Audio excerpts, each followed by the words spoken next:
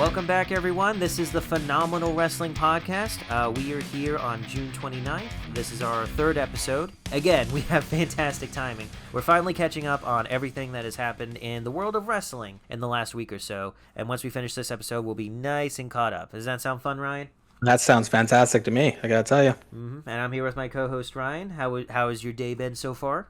Pretty good. Recording this as a part of a double header, which is fun. So, looking forward to diving into this past week or so, I Well, suppose. Unfortunately, when we're diving headfirst into something that is not entirely fun. Our Yeah. first story here, more WWE firings. Yes. They have a whole lot of people here. The first group, these are mostly 205 Live guys. August Gray, Ariana Daivari, Tony Nese, the Bollywood Boys, which I think they were main roster guys, but I have no idea. Were they even on the show anymore? Whenever Jinder Mahal wasn't there? I'm not sure, but they're gone. Marina Schaefer, Arturo Ruas, and yeah, those are mostly the 205 Live guys. Yeah. In addition to that, we had Kurt Stallion and Everrise, who were positioned to have something at NXT, and that's all out the window. Like, I remember they were being talked about quite a bit not too long ago, and I think Everrise was on pretty recently, but now they're just gone. They did the same thing with Aleister Black about a month ago, where Yeah. he had a Yeah. big end-of-episode event, and he's just gone. Right. It's just this weird. I don't know if it's the start of a pattern. It's very odd.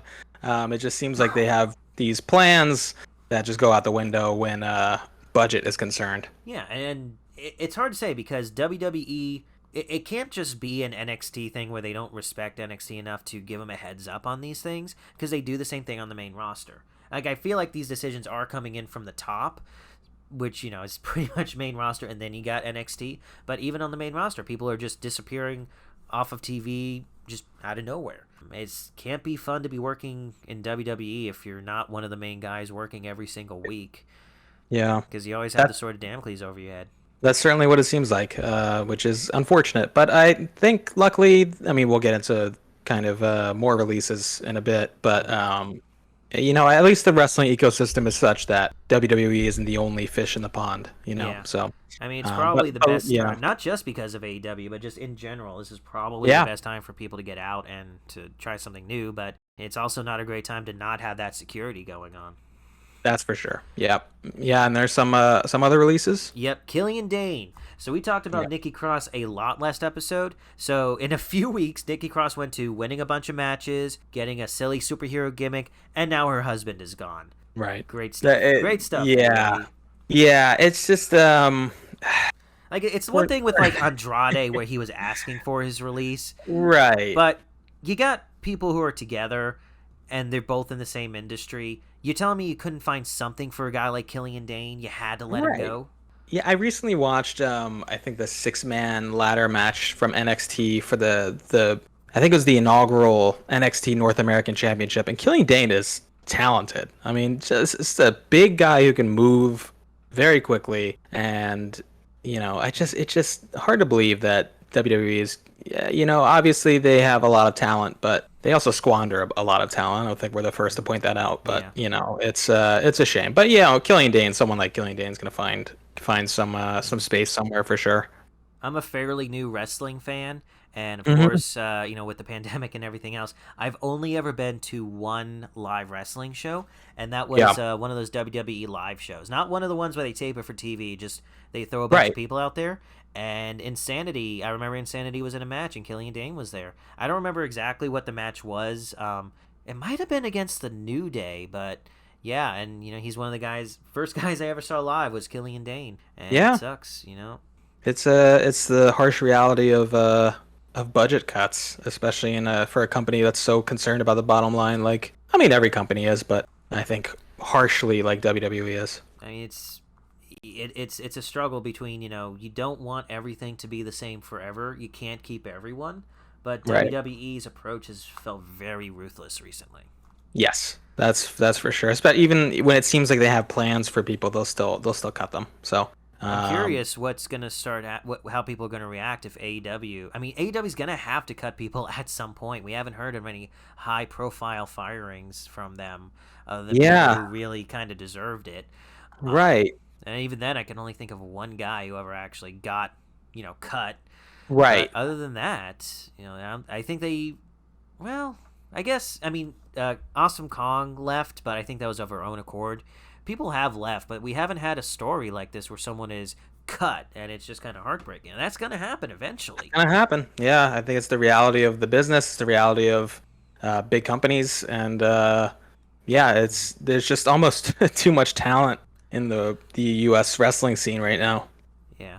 But the two that broke my heart Yes, are Fandango and Tyler Breeze. that's right. Yeah, I didn't watch a lot of NXT, but those two were always fun. I remember seeing Tyler Breeze a few times on, oh, what was that show? Main Event?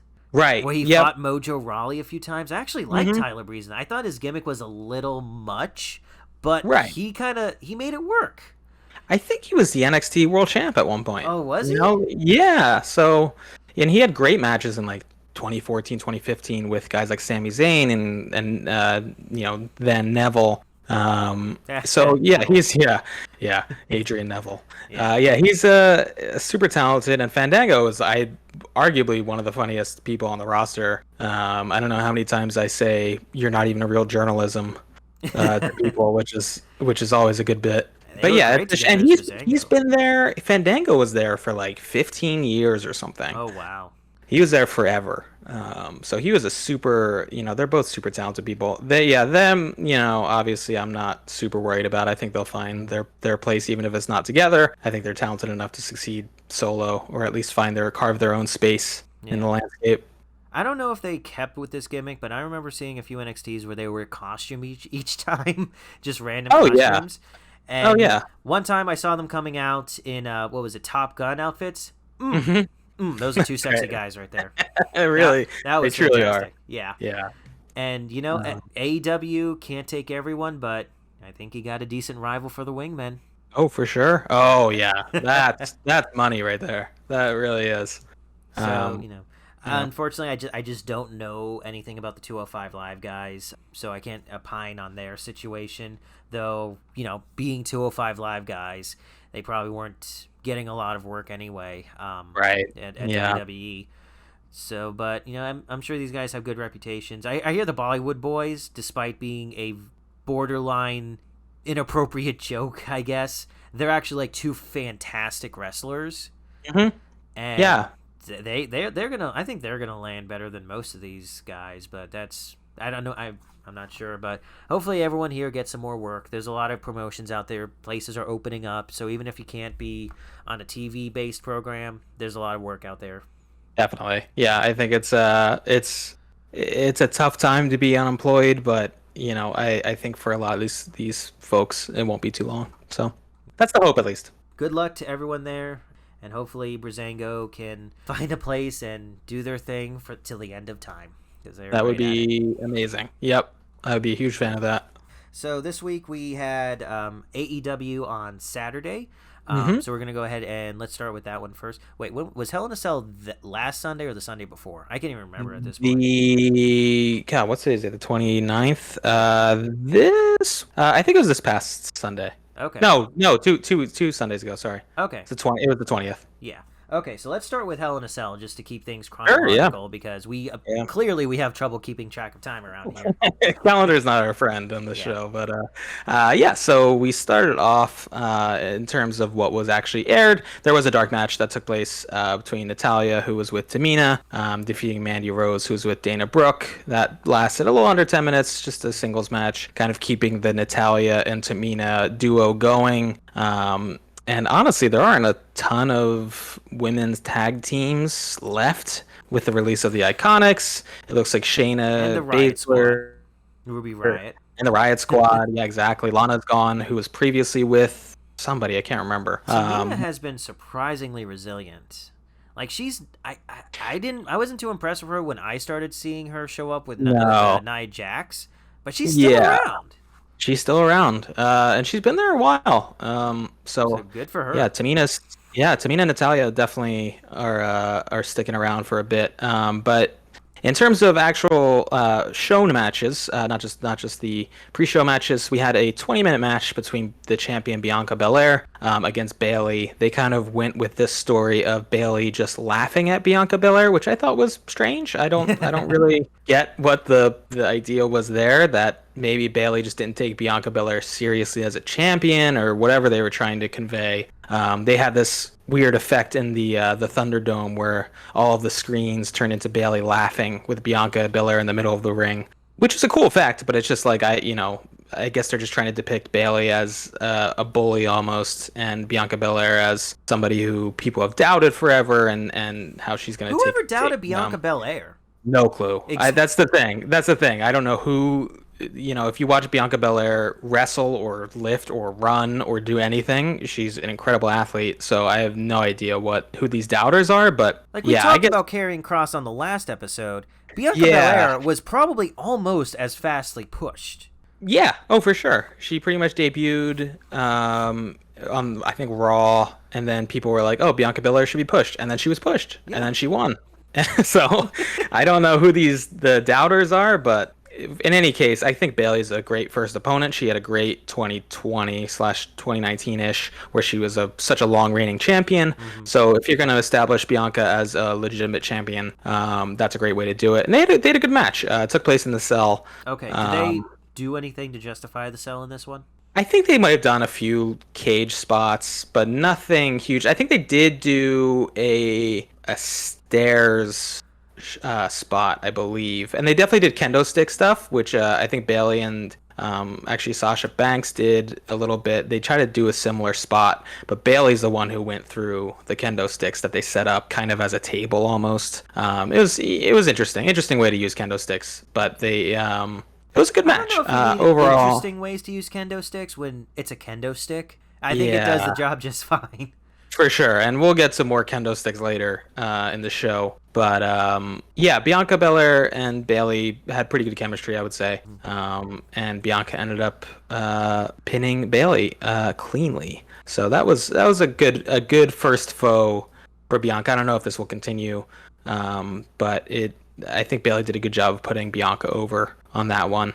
Next, we had Seth Rollins against Cesaro. I love Cesaro. Cesaro's great, and they are not doing Cesaro justice. I think they teased it for a little bit. They had him face off against Roman, and I think that was a great match where Roman, Cesaro seemed so close to winning the title and finally getting that world title to add to his resume. But he needs to show up in a Fast and the Furious movie before he can beat Roman. Before anyone can beat Roman, sure. They have to be in a Fast and the Furious movie. As Jason Statham's twin or something. Remember that show I told you about? The one I went to? I remember who it was. It was not... Sanity did not fight against New Day. It was New Day versus The Bar. I love The Bar. Why did they get rid of those? Like, why did they break those guys up? I guess... I don't know. I think we talked on this a bit just a moment ago, but... to a certain extent, maybe it's not the best idea to keep people together forever and ever and ever. But I thought they had a lot of great dynamics.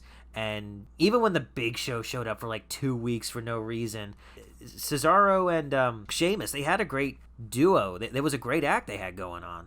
Oh, for sure. Yeah, they were a great tag team together. I think they're doing pretty okay as they are. Sheamus is, I think, the U.S. champion, which I keep forgetting about. Cesaro has had, a main event push. It just, per usual, can't quite make the leap. Nothing to do with his talent, probably everything to do with his character and just kind of that so close yet so far aspect of it. But he and Seth Rollins are great together. I mean, I think about the one spinning move that Cesaro does. Not even the God, what's that called? Where he takes him by the legs and swings him. I call it the dragon throw because that's what they called it in those Dragon Ball Z games. Oh, there you go. Yeah, that's a perfect name for it then. But he had one where he was spinning him on his shoulders, like with no hands, and that was incredible. No hands? I think about that. It was at Mania, I think, and he put him almost in a torture rack, and then he started spinning around and put his hands on his hips. And Seth Rollins obviously is a huge part of it, but that's like just an spinning him around. F900. Yeah, it's incredible. I mean, Cesaro is so good, and Seth Rollins is also incredible. But they put on a great match. I think it was around 15 minutes. But Seth Rollins ends up with the win, which what do you do with Cesaro at this point? He's lost 2 big high-profile matches after the Mania win. So it's just kind of halted all momentum for Cesaro, which is disappointing. Who has Intercontinental? Oh God, who does Lashley? Lashley's got the big belt. I can't even remember who has the Intercontinental belt. Is it? It might be. Apollo? Is it Apollo? Oh, is that what Big E and Apollo are fighting over? Yeah, they fought at Mania for it. Let me see here. Yes, the Intercontinental Champion is Apollo Crews. Okay. Well, Um, oh, and they have the brand split, so Cesaro probably can't go over and challenge right. for that. Hey, No. you know what? You know what probably be his best move? Go back to What's that? NXT. Yeah, I That mean, seems to be the I best just move for everyone. they hit the biggest win of his career, arguably at WrestleMania against Seth Rollins, and then they just completely halted his momentum. So I don't know what they're gonna Hey, do with Cesaro. I will correct you, sir. The biggest win of his career was when he grabbed the Big Show and tossed him over for the That's Battle true. Royale. That's definitely the most iconic moment of his career for sure. Yeah, that's a good point. The But yeah, opposite of that so is when he and Sheamus lost to what was it, Braun Strowman and an 8-year-old. yes, Yeah, that was that's a not tough. good. That was That's not a his tough one to highlight. come back from. Yeah. But they're both resilient. They'll be around, I'm sure, for a while. Next, we had Alexa Bliss with her new. I guess it's not new at this point because time is a construct. This character that's fiend inspired almost. She had a 7-minute match with Shayna Baszler, who was accompanied by Nia Jax and Reginald. I keep forgetting about Reginald until I see him the Does next he do time. anything? No, I think he. I don't know. Not really. I think he's just there to catch people who are thrown out of the ring sometimes. Is he a guy like? Do people know who this is? Is he like an indie guy who they just picked up? Oh no, I haven't heard anything about who Reginald is, but yeah, Alexa Bliss. This was kind of almost a squash match to be honest. I mean, Shayna Baszler started off with some offense, some So Shayna, punches. what was her thing? Not the Shamrock, but what is it? She's the Queen of Spades, right? Spades, the Queen of Spades. Yeah, yeah. So we got the And she Queen was of Spades here. yeah, I think we touched on this last time. The Queen of Spades, who was unstoppable in NXT. She yeah. was like when Ronda Rousey just kind of jumped over everyone to go to the main event. She was the one who was like she actually worked her way to the top, and she should have been where Ronda Rousey is. And now Yes. she's fighting. She's losing to a gimmick. Right. It's I mean, we said it a few times already where it's just like so many people go from NXT and they're dominant and then they go to the main roster and they're just like, well, we don't know what to do. So, just another example, losing in a semi squash match. Who could okay with Alexa Bliss's gimmick? Who could Yeah. she go against that would work? Do you put her against someone who also has a ridiculous gimmick? That's a good question. I mean, yeah, I don't know. I mean, do they go maybe Nikki Cross? Maybe they just do some Superhero versus nightmare creature. Or exactly, and they do have some history together, so I think there are there are wilder ideas than that, and I wouldn't put it past WWE to do that. I don't know. I mean, I don't know where you go with Alexa at this point. I mean, do you revert her back to the goddess? I mean, it's especially hard without crowds. You just don't know what is really working unless the writers go on the internet onto Reddit and see who's getting mad at what. You know what I mean? So it's hard to have without that direct feedback. I think the Fiend match that Alexa was involved with against Orton, I think kind of went over like a lead balloon a little bit at Mania. So it's just kind of, what do you do? I want to give don't know. WWE some credit and sympathy here, just so we're not a WWE bashing show. No, here. yeah, To Bray Wyatt's credit and to WWE's credit for letting him do this, when The Fiend first came, he was the best thing in wrestling. Those promos were awesome and all that, and it's something where everyone wants it to work. And For sure. WWE has tried on several occasions, but there's something missing, and I can't even tell you what it is. I don't know what's missing from the Fiend matches to make him work. Do you want him to sell nothing, to be an unstoppable killer? Sure, but where do you go from there? Because I think the match he had against Finn Balor was like that was one of his first matches, and that was really good. It was a cinematic matches before cinematic matches were a thing. Yeah, for sure. But where do you go from there? How do you make a character like that work? Because from what I understand, I don't know if this is still the case, but for a while that he was selling merchandise like nobody's business. Yeah. Because everyone loves the mask, everyone loves the entrance, everyone loves the character that they built up. Once he gets in the ring, how do you make it work? And they're running into the same problem with Alexa Bliss here. She may not have gotten over the way the Fiend has, but there are aspects of this that are cool. But it is, do you think her matches are going over worse than the Fiend's matches? Right. Yeah. It is a tough, when you have this kind of unstoppable force how far do you go with it before it becomes old hat? I think it's the trick with wrestling, and it's a trick with any weekly programming where, you have to fill, I mean, Raw is what, 3 hours every week I plus think the pay-per-view? key is you have to have a destination. We talked Yep. about Adam Page on the last episode and how his storyline is long-term and building, and it's Yeah. awesome. Yeah. You need to know who is going to beat The Fiend day one, because you need to start building them up from there. And have a it's not goal in straight mind. shot. Yeah, it's not a straight shot. You don't immediately have him win against The Fiend. Maybe you even, like, who would have been great? Finn Balor. Yeah. Think about it. Okay, you got Finn Balor. He's like the first person to fight The Fiend. He loses, and he does the Adam Page thing. He continues to win well. Maybe he gets kind of goofy, but he avoids the title picture because The Fiend is in that orbit, and he doesn't want to face him. Things happen. I don't know the full storyline, but things eventually happen where it becomes he has to face his fear and go after The Fiend. And maybe you do it with the demon gimmick. Maybe that's too much gimmick for one match. Right. Or, maybe this would have been good. You start the match as a Finn Balor versus The Fiend match.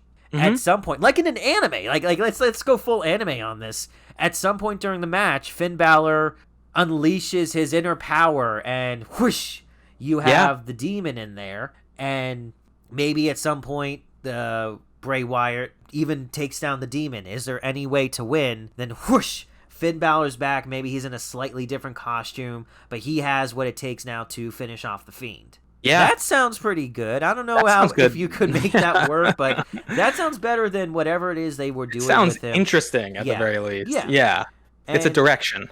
There's a lot of cool stuff that was going on with The Fiend. I remember seeing a sizzle reel for one of his matches with like an ambulance spot. They put Bray Wyatt in there. The ambulance kind of explodes, and out comes The Fiend. There is really good ideas and cool stuff to do with it, but maybe this isn't the place for it.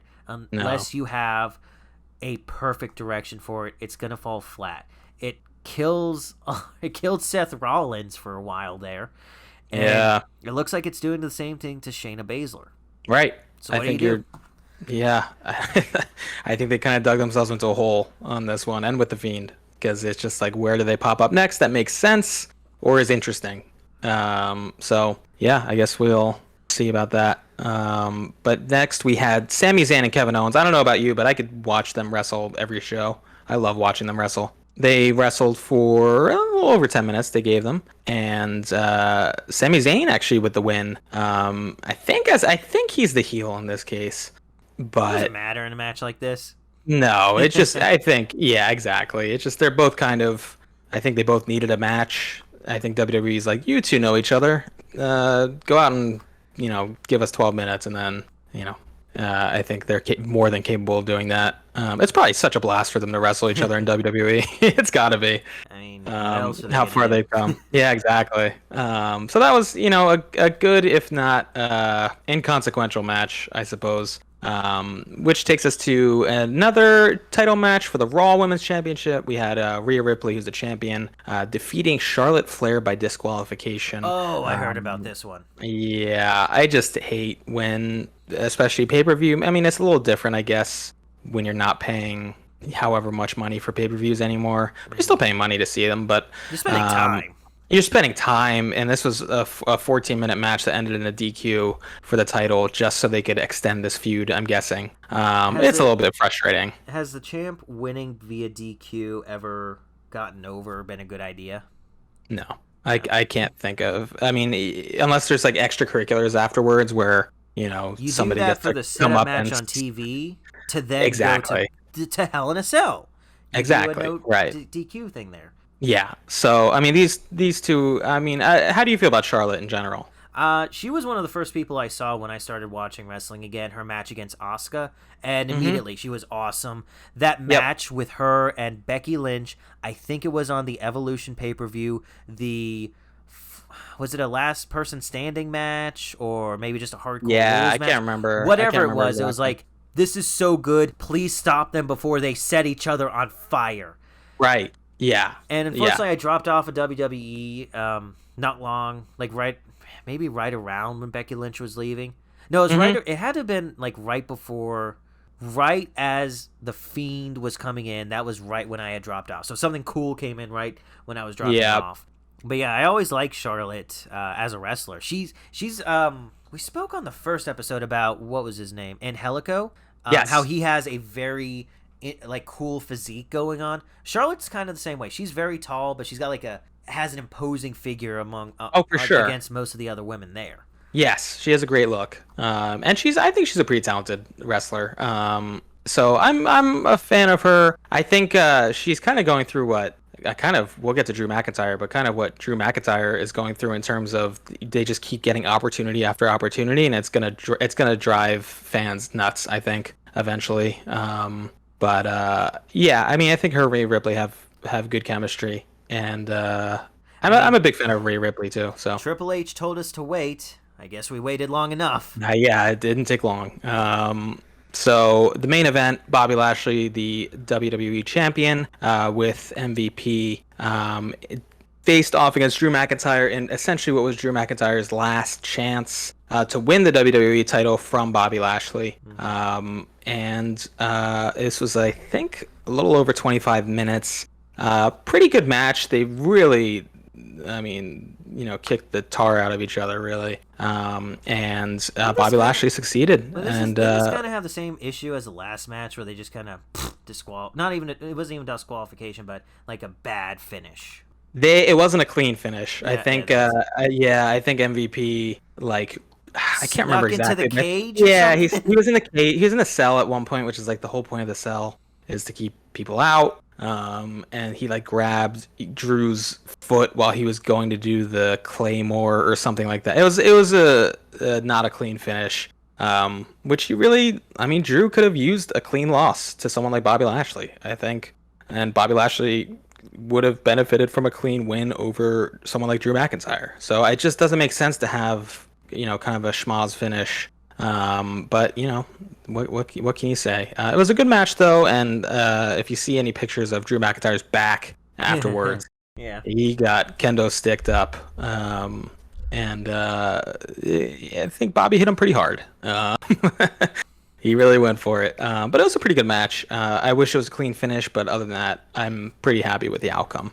Is Bobby? Would you say Bobby is as good a wrestler as Drew McIntyre?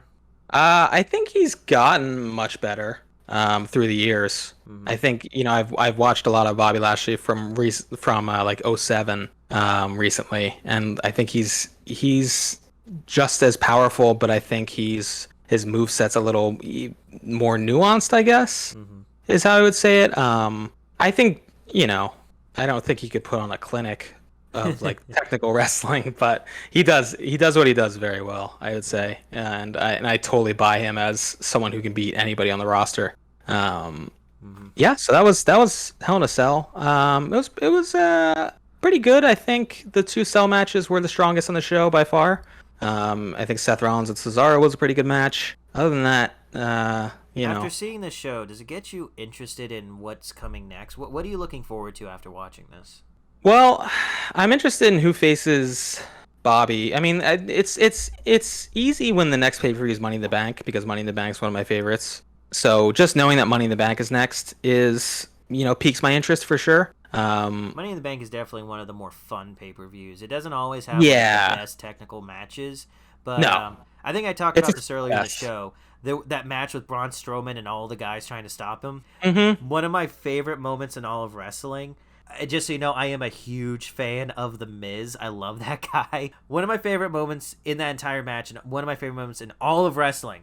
Miz is so close. He is up the ladder. He is reaching for it.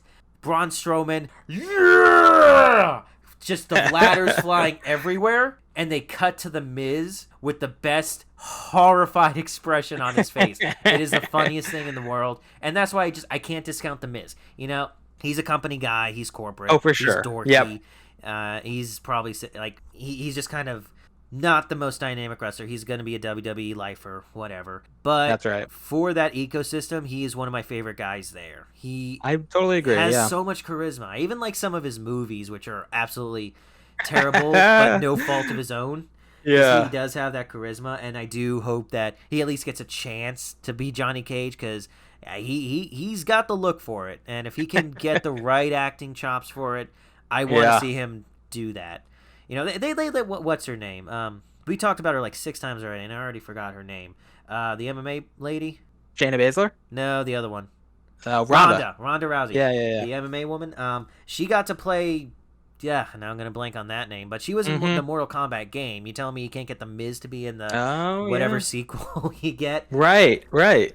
But anyway, that was my random Miz rant. I like the guy, and Money in the Yeah, Bank. sure. You know, I saw it last year. I didn't think it was that fun with the corporate office and all that, but hopefully a more traditional Money in the Bank is what's planned for this year, and hopefully they have some fun stuff for it. Yeah, that's what it's seeming like for sure. Yeah, so that was Hell in a Cell. Yeah, Hell in a Cell. Is there any gravitas to the cell anymore? Does it feel like something big is happening when the cell goes down? Not really. I mean, it's just at this point, We I have think to it's doing it just, for 30 years now, so I guess diminishing yeah, returns happens even in the best of right. circumstances. Yeah, exactly. But I also, like, I'm looking at the 2 matches that were Hell in a Cell.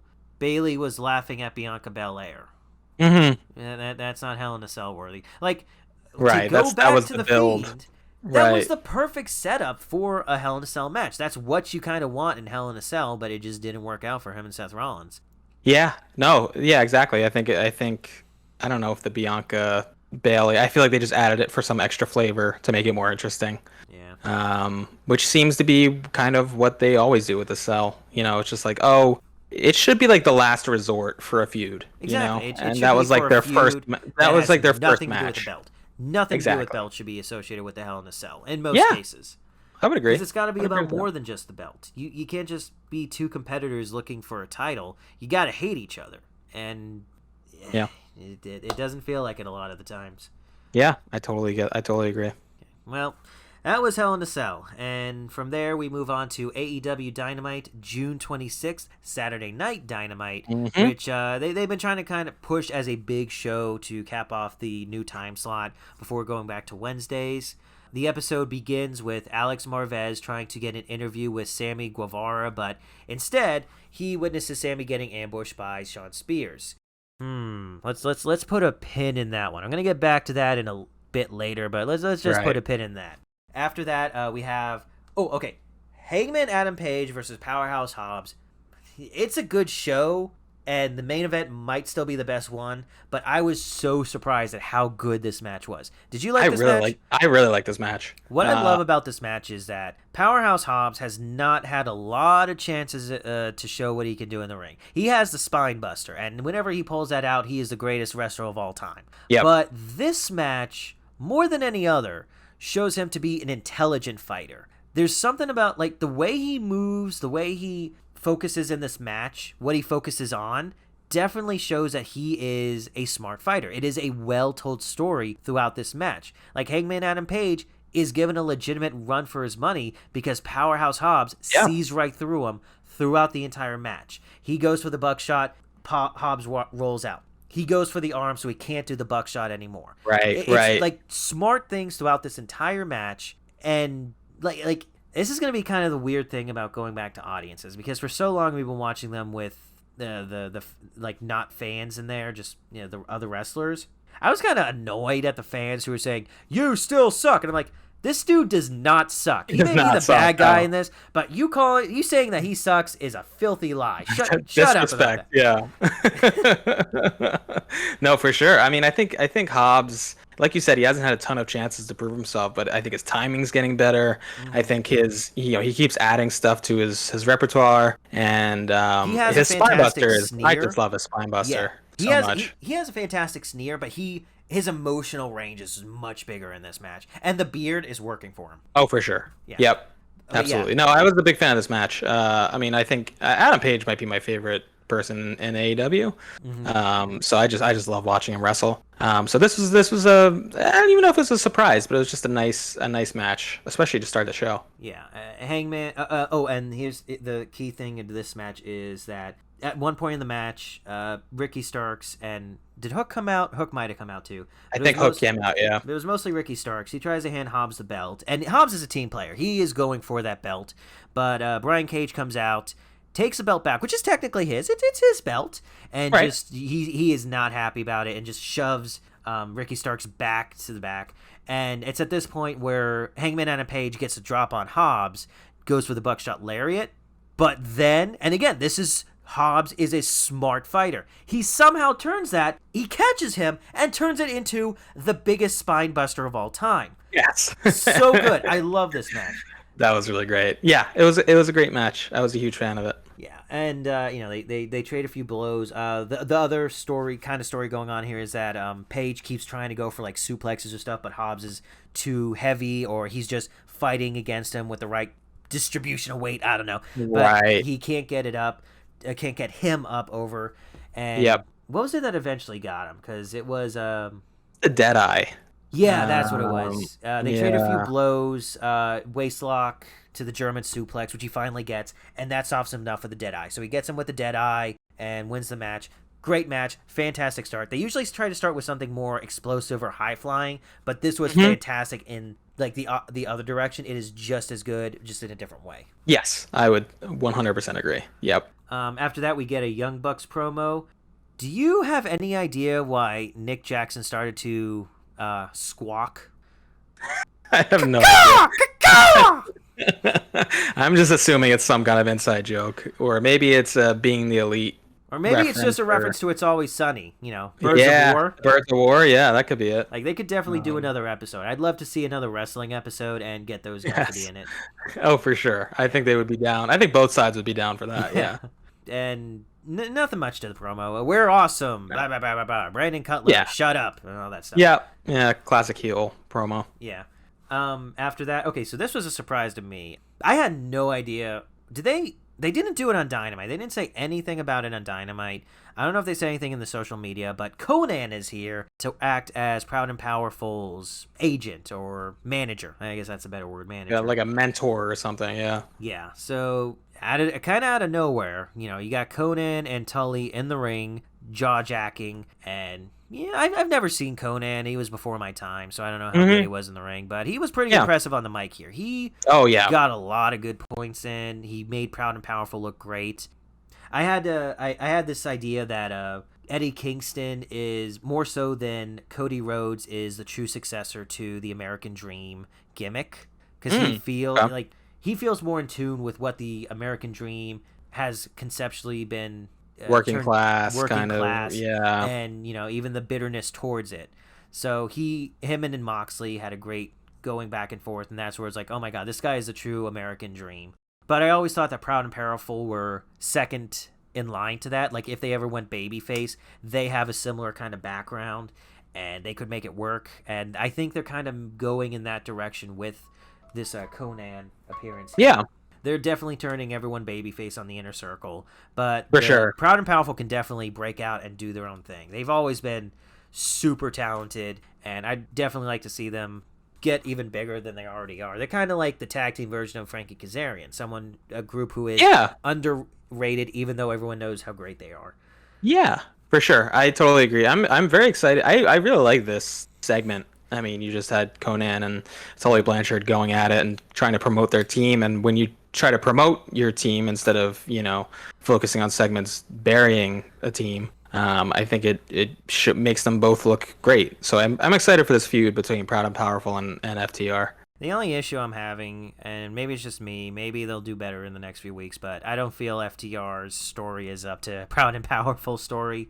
Tully is good, but Conan kind of outclassed him here. Oh, for sure. Yeah, Conan, I mean, he's one of the best on the mic. Yeah. And has been for a while. I mean, anytime he's involved with wrestling, he's entertaining. I remember I think he was in TNA for a little bit, and he was extremely entertaining. So, anytime you go against TNA? Conan, who was not in TNA at some point. Oh, that's a good point. Yeah, that's a good point. Yeah, it still kind of baffles me that Christian Cage was there for a while. Oh yeah, that was a big deal when he moved for sure. And Okada too, wasn't he there? Yes, he was there as part of some kind of developmental deal between New Japan and TNA. That is which was short lasting. Yeah. But at the end of the segment, Conan calls out Proud and Powerful to back him up, and Tully directs Conan to the big screen. Bum, bum, bum. It's Proud and Powerful who are laid out in the back, and Proud and Powerful on stage take off the master reveal, FTR, and they do a spiked pile driver on Conan. Not sure how good of an idea that is, but it looked fine. Yeah, I'm sure Conan's taking a few, spike pile driver, hopefully. So I think it worked. But I was actually a fan of this segment, so it's a good start to the show for me. Good stuff right off the bat. Yeah. Good match, good promo. What happens next? Oh, okay, and then something that's not as great. Not the match itself. We go into the next match, which is Dante Martin versus Matt Sydal. But while Dante Martin is in his entrance, Vicky and Andrade come out, just kind of stand there. And what makes this even worse, Matt Sydal. He's not a jobber, but he is not at the top of the list. Sure. Him and his brother come out and just blow him off. And Andrade doesn't have anything for it. Just get that guy in a ring. Just have him have a match or something. I don't know what they're doing with Andrade. I mean, like I said, I'm a huge fan of Andrade, but just I don't know if they're putting on this like that he has an air about him, that he thinks he's too good to wrestle at this point. I don't know what they're doing, but having Matt Sydal kind of blow him off is an interesting move. not the move I would have gone with. No, definitely not. But then we get to the match. If you thought the opening was too methodical, too much technical, too much cerebral stuff, this is the match that's the opposite of that. So this is going to be what you want. A lot of explosive action. Not much of a story, really. Matt Sydal does try to work over Dante Martin's knee, but it hardly affects him throughout the match because he's still doing flips and stuff. But there's still some pretty impressive flips. There was this one move. I'm sure he's not the first person to do it, but I saw it and I was like, whoa. He jumps over Matt Sydal, flips in midair, and when he comes down, he grabs Matt Sydal and then rolls him up. That was awesome. I thought that was great. That was pretty cool. Yeah. So, Dante Martin, he's not as green as he was before, so he's definitely getting better in the ring, and Matt Sydal has always been great in the ring, so this was a fantastic match. Not too long, not too deep. Eventually, Matt Sydal wins with one of his special moves. So, good stuff to have on there. If you're going to have just kind of filler matches, this is the kind of filler you really want. Exactly. Yeah, it was an entertaining little match. And it must be setting up Andrade versus Matt Sydal, which I think will still be a good match, even if it doesn't have the best of build-ups. Yeah. I think it'll still be a great one. That would be a good match. Andrade's like a big luchador guy, so he I don't know if he showed it too much in WWE, but he can do all the the Rey Mysterio kind of stuff. Oh, for sure, yeah, he's extremely talented. And Matt Sydal's a good guy to do that against. Definitely. After that, we have Jungle Boy in the back talking about the match. Okay, Christian Cage comes in and starts talking to Jungle Boy. Did you get a sense that he was being sinister? It sounded very much like a join the dark side speech. Give in to your anger. It's that kind of thing. I think, yeah, I do agree. I think they were maybe trying to lean more on like this is someone who's seen everything, and you gotta be ready to kind of twist your morals a little bit to succeed. And I think that goes well with Jungle Boy's kind of youthful optimism, I guess. So that's kind of the impression I got, but I totally get what you mean. Yeah. I think there was like this element of like use the dark side a little bit. It was a little odd, but it was fine. The match is happening at the end of the show. Just give something to remind people about it. And, Christian Cage and Jungle Boy have a thing going on. I'm not sure how deep that's going to go. They already had the tag match, and it wasn't that great. But we'll see on that one. Sure. Are you ready for this? Are you excited? Jade Cargill and Mark Sterling announced they have a 10% off sale at AEW Shop! That's Woo! awesome. Oh, yeah. That's the best. That's why we watch the show. See what the sale. We know Cargill is good in the ring. She's not the best yet, but she has more presence than a lot of people. Smart Mark Sterling is great at what he does. I don't know why they're wasting their time on this. I have no idea. It's perplexing. It really is. Yeah. I have no clue. I just want to see Jade Cargill wrestle. Is she having matches on Dark? She doesn't seem like someone who they would put on Dark. I'm not even sure. But I would like to see Jade Cargill wrestle soon. That'd be nice. Yeah, she's probably not ready for a title match, but still. No. She can throw down a few jabronis, Yeah. Absolutely. Get some of that Lance Archer energy going. Yeah, exactly. I think that's a good, just beat down some jobbers and, I don't know, do something other than promote sales on AEW.com or whatever. Yeah. We have Alex Marvez is interviewing MJF, Wardlow, and Sean Spears in the back. MJF is full heel mode. props to MJF for being a fantastic heel and doing whatever it takes to get heat. I never like it when someone brings up someone's medical conditions. That's just me. So when he brought up Dean Malenko's Parkinson's disease, that didn't sit well with me. But other than that, he's great at what he does. So just let him talk. And of course, eventually the Inner Circle run in to bash them all over the place. They brawl and brawl and brawl and brawl. Now, I said we were going to put a pin in something early in the show. Have you been watching Loki? Yes. Okay. I'm going to call it right now. Before the end of the show, it's going to turn out that one of Loki's alter egos is Alex Marvez. Because every time Alex Marvez goes somewhere, chaos ensues. Every time he interviews someone's going to get punched. I've just been noticing it the last few weeks. He is chaos incarnate, and everywhere he goes, I don't know. But in any case, the Inner Circle brawl all over the place, brawl to the ring, and eventually Sammy's music hits. He comes out, talks trash to MJF. We're setting up the match for next week. It was fine. I wasn't feeling it too much. I've seen these two teams go at it forever and ever and ever. It's just like needlessly continuing, and they had the big blow off at what was the exactly. So so it's just like I don't know. I'm ready for everybody to move on, everyone involved. But I'm still excited for Sammy MJF. We have good matches coming up. We got Sammy and MJF. We got Proud and Powerful and FTR. Yeah. And honestly, Shawn Spears is better here than he's ever been at AEW. For sure. Do you remember when Shawn Spears had Tully branded underwear? My God, no, I don't remember that. That was in a match against Dustin at a pay-per-view. He stripped him down, and Tully's face was on his underwear. Wow. I don't know what they were doing, Shawn Spears, but finally it feels like they have some direction. He's got maybe not gravitas, but he's got a bit of credibility now. So yes, definitely. That's what it seems like. I think he's in a much better position than that seemed to be. Oh yeah. So next week we're gonna have a match against Miro and Brian Pillman Jr. Miro's in the back praying to God to give him the strength to crush that puny mortal. The bloodthirsty God-fearing man is an interesting gimmick. Kind of reminds me of Buff Mac from It's Always Sunny. Yes. He always called on God to smite his enemies. Yeah. Not sure how it works long term, but I guess if his plan is to just take on a few guys back to back to back, let the other guys shine more. And Brian Pillman Jr., he has a good promo at the end of the show, so he's filling the role he needs to. Yeah, for sure. Yeah, I would totally agree. I think he nailed it. Yeah. Where do you think the Miro thing's going? Who's going to be his next big opponent, or who's going to take the belt off him? I mean, is it going to be Andrade? I don't know. I'm trying to think what they're building up to. I wouldn't put Andrade in a title position just yet. I think Miro's going to hang on to it for a while. Yeah, and you don't want Andrade to lose a match right away. No, so I think they'll both have a few more feuds at least. I mean, Andrade has to get a feud first. Yeah. But I think I wouldn't be surprised if they have a fairly solid feud. At least that's something that would excite me. And that would definitely, like, in a few months, I would definitely want that to be the big thing at definitely whatever pay-per-view is in January. That'd probably be the time to do it. Yeah, for sure. We have Ethan Page versus Bear Bronson. I do not like the Bear Brothers or whatever they're called. Yeah, I'm not huge on them either. Really, I don't even fully understand their gimmick because they come out in Texas Chainsaw Massacre skin masks. Right. So I don't know if they're. I don't know what the deal is there. Actually, never even thought about that. But yeah, they're just they're big boys, right? I mean, yeah, that's kind of all there is to it. And they had an awful match against Jurassic Express.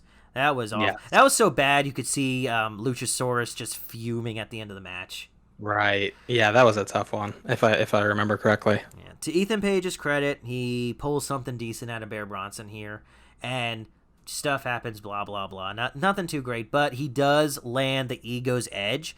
That was impressive. That was like the one part of the match we go, ooh. Yeah, that's I definitely popped for that a little bit, for sure. Yeah. It was all right. It was better. Fine. It was the best Bear whatever brand. It was the best Bear whatever match I've seen so far. In history, possibly. In history. Yeah. Ethan Page grabs the mic. He calls out Darby Allin, so I don't know what the plan is there. He already coffin match. That's right. Yeah, coffin match at Road Rager. Yeah, okay. So there was something interesting there. I was just complaining for no reason. Which I believe is the first coffin match in AEW history. Definitely. Yeah. And it's casket match is what they call it at WWE, right? Yeah, They got yeah. to differentiate it slightly. I'm assuming it's going to Exactly. be the same rules, but Yeah, yeah, I I, guess I I have a feeling. Yeah. if you're gonna do a coffin match, Darby Allin comes out in a body bag all the time, so it fits. Yeah, exactly. I would I don't think you could pick a more relevant wrestler. But I Yeah. feel like we're jumping too soon to that. Like, if you want someone to call for a casket match, Yeah. you gotta make them desperate. You Hmm. need Ethan Page to be at the point where he maybe lost a few times to Darby Allin and is demanding one last shot at it. I am going to put you in the ground for good because it's a blow off match. The stipulation definitely is one like a blow off, like we were talking about with Hell in a Cell. How the cell comes down and it doesn't feel like it's an important thing going on. They Exactly. have a little bit of time to build it up, but we'll see if they can make it feel worthy of the stipulation. Let's hope so. Cause yeah, like you said, I mean, especially for the first ever coffin match, like you gotta be fuming to the point where you're like, I want to put you in a coffin. Yeah. So I don't know if it's quite at that level yet, but I mean, I you know, guess, Ethan Page has the crazy eye, so exactly. And I maybe, think Ethan Page and Darby Allin are good enough that they can make something happen. yeah. Fingers crossed. Maybe in a week they'll say it's a handicapped coffin match or Yeah, something like that. exactly. Darby volunteered to be in a handicapped. Yeah, exactly. After that, we get some stuff with Baker and Reba, who no, not Reba, Rebel, not Reba. With Hmm. Baker and Reba, Baker and Rebel, who are in the back making fun of Vicky for challenging them to a match on Wednesday. I mean, if you're gonna bury the match before we get to it, sure. Yeah, I know. That's just no good build for that at all. Not feeling that one. No, I don't know if Nope. anyone is. And then maybe No. they're intentionally trying to make it sound as bad as possible. They can surprise us. That's usually Right. not AW's MO. That sounds more like a WWE thing, but who knows? We'll see what happens next week. It's next week, Yeah, I right? guess I believe it's next week. It's Yeah. tomorrow, actually, at this point. Oh, yeah, true. Good Yeah. point. And after that, we have Chris Statlander versus the Bunny. This is almost going to be a note for note copy of what I said for the last show. I like both these women in here. It wasn't a great match for both of them. Yeah. Bunny had a Right. real bad one with Red Velvet a few weeks ago that almost Right. killed Red Velvet. He did the suicide dive and almost landed right on her head. Yeah. Yep. This one was better than that. I guess it was better than the Penelope Ford match last show, but still not quite living up to what I want from either one of them. No, I would agree. I think weren't there brass knuckles introduced at some Yeah, point?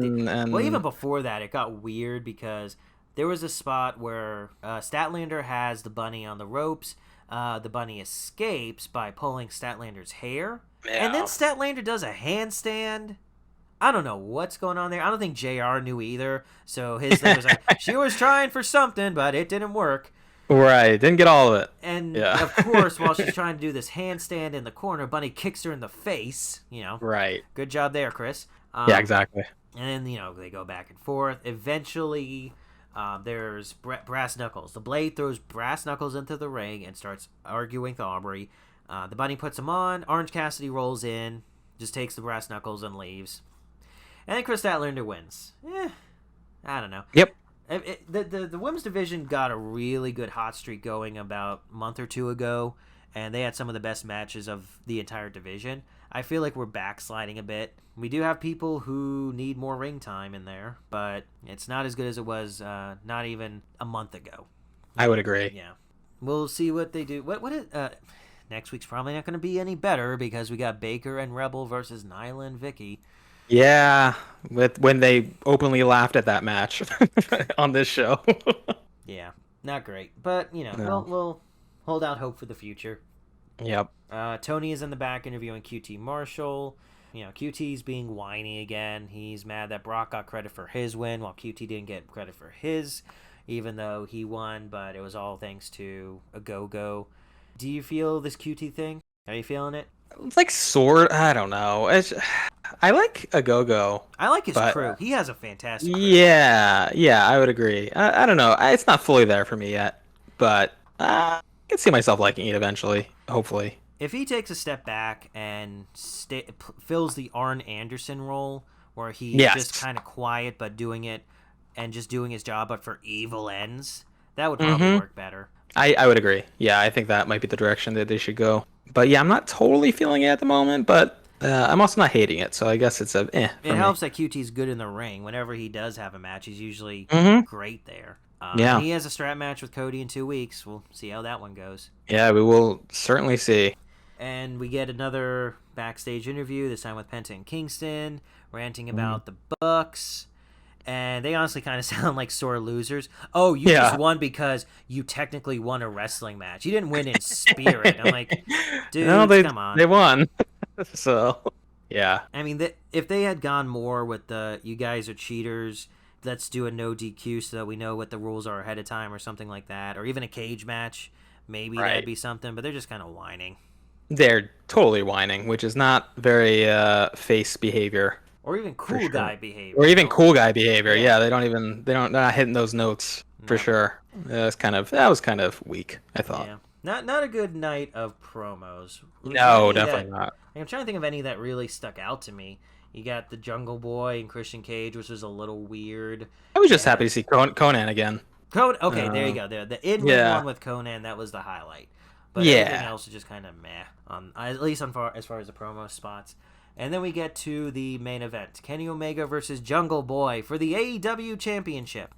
Initially, they are accompanied by their crews, but the ref, in one of the smartest decisions a ref has made at AEW, has the Good Brothers and Jurassic Express go to the back. yep, Um, exactly. Callis is still out there on commentary, but he actually doesn't do anything for the match. So, for the most part, this is a straight up match. Kenny Omega Yeah, cannot escape with any chicanery. Which, hey, I mean, people have been complaining there's too much interference in recent weeks. Here's your answer to that. They did a match with as clean as Kenny Omega can do a match. exactly. Yep, I think that's the key. Yeah. There's always going to be an asterisk with Kenny, but yeah, I think especially for the first like 75% of the match, it was pretty clean. Yeah, pretty much. It was a good match. I'm not sure anything specific stuck out to me, but the good thing about the story is that Jungle Boy is matching Kenny Omega move for move throughout Yeah, most of this. So he is shown to be pretty darn strong throughout the match. And even when the interference comes in, they at some point Jungle Boy has Omega in a snare trap, which is when the interference comes in with the Good Brothers. But they're beaten back not just by Jurassic Express, but you got the Elite Hunter Frankie Kazarian who jumps the right. barricade and starts beating on them as well. So he's actually I'm starting to get into him just being a spoiler, just trying to get in their way. Just Yeah, he's doing the right thing for the most jerk reason possible. I know, just to be kind of a jerk to Yeah. the elite. Yeah, exactly. Yeah, So no, I think that's a great way of. I mean, yeah, I mean, how do you feel? I mean, I know we've touched on this, but how do you feel about the Young Bucks and their current role of squawking like birds and, interrupting Kenny matches and because it feels a little bit like latter day like NWO where they're just like you expect it every time. that's a good comparison, I guess. Latter day, are you sure we're talking latter day? I don't think it's that far yet. Um, Yeah. but it is where I think they need to do a better job of separating the goof. Well, not even the goof, because I like the goof. Hmm. Separating, because they need to come off as completely dominant in the ring, Right. and they can do that while being goofy. I like. What was it? It was like a few weeks ago. It might have even been at the pay-per-view where Matt Jackson gets into Kingston's corner and fakes the tag in. That was awesome, and Yep. he could have probably done a better job of just it probably would have been a smarter move for him to keep attacking instead of doing that. But him and his brother were so dominant at that point they can afford to do that. I mean, they've been too goofy in the previous matches in ways that are affecting their ability to win the match. They're Yeah. still winning, but it's either by cheating or the Good Brothers do most of the work. I want them to be dominant, but they can still be super goofy. They can squawk as long as they're still kicking butt. I think that's the best way to. That's the best summation right there. Yeah, no, I think I agree. I'm cool with them being goofy, but I also still want them to be like, arguably the best tag team in the world. So, And Kenny Omega's doing that better. He's goofy, but he brings it when it comes to the matches, which for is the case sure. here as well. When Jungle Boy gets him in the snare trap, he does eventually make it to the ropes and break it up. He stays dominant for most of the match, and once he lays in the V triggers, that's when Jungle Boy is in deep trouble. His only issue is that he keeps going for the one-winged angel before Jungle Boy is nice and ready for it, so Jungle Boy keeps escaping. At one point, he slips off the back and rolls him up, which Kenny kicks out of, but during the kick out, Jungle Boy grabs him again and puts him in another snare trap.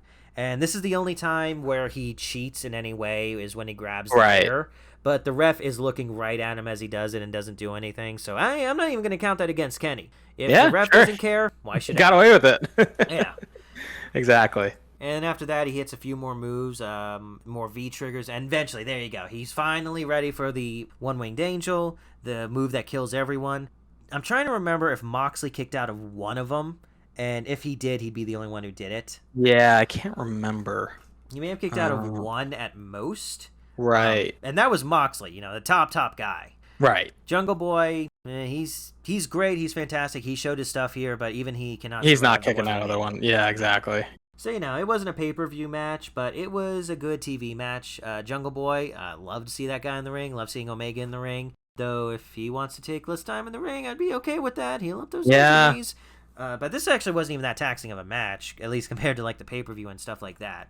For sure. Yeah, I feel like Jungle Boy did a ton of work, which is good, honestly, because Kenny needs a break. Yeah.